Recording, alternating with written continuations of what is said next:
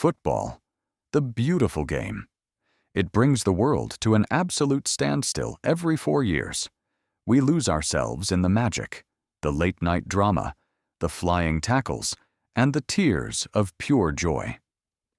But behind that magic sits a massive corporate powerhouse, FIFA. Now, here is a mind-bending fact.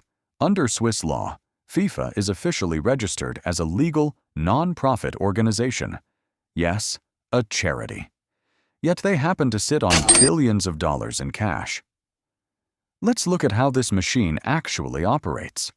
To understand the money, you have to understand the power structure. FIFA isn't run like a typical company. It functions more like a mini United Nations. It is made up of 211 member nations. Believe it or not, that is actually more members than the actual UN.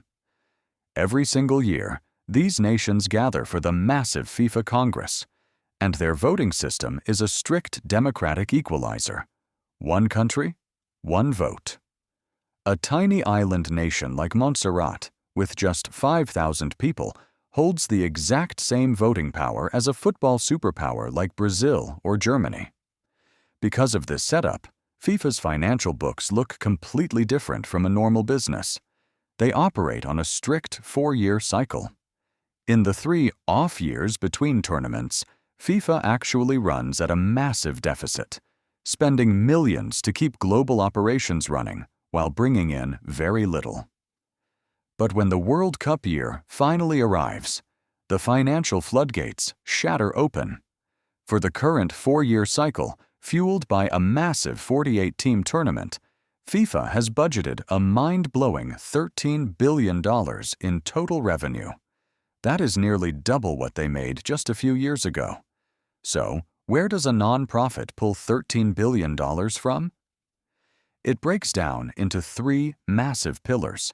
The biggest slice is TV and broadcast rights. Networks across the globe compete in multi-billion-dollar bidding wars just to air the matches to your screens, bringing in over $4 billion. The remaining billions come from the fans and corporate giants.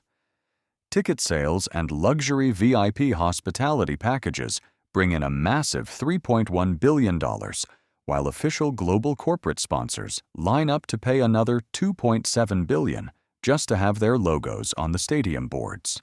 Now, because FIFA is legally classified as a non-profit, they don't have corporate shareholders.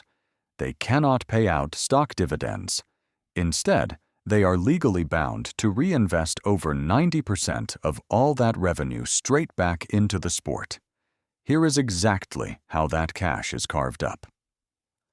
First, a staggering $7.6 billion goes directly into tournament operations, covering the immense logistics, travel, and high-tech broadcasting of the games.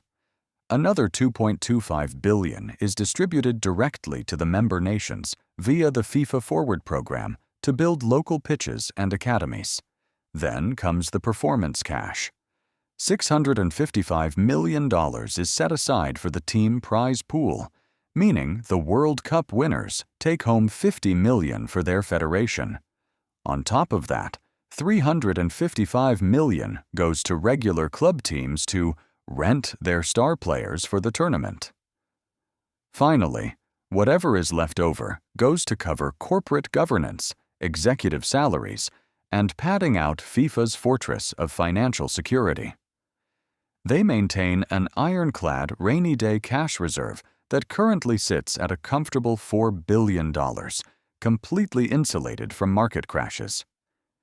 If all this money goes right back into the sport, why is FIFA a constant target for critics?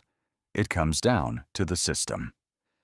That one country, one vote rule means a sitting president can easily secure re-election simply by funneling development grants to smaller nations who depend entirely on FIFA's funding.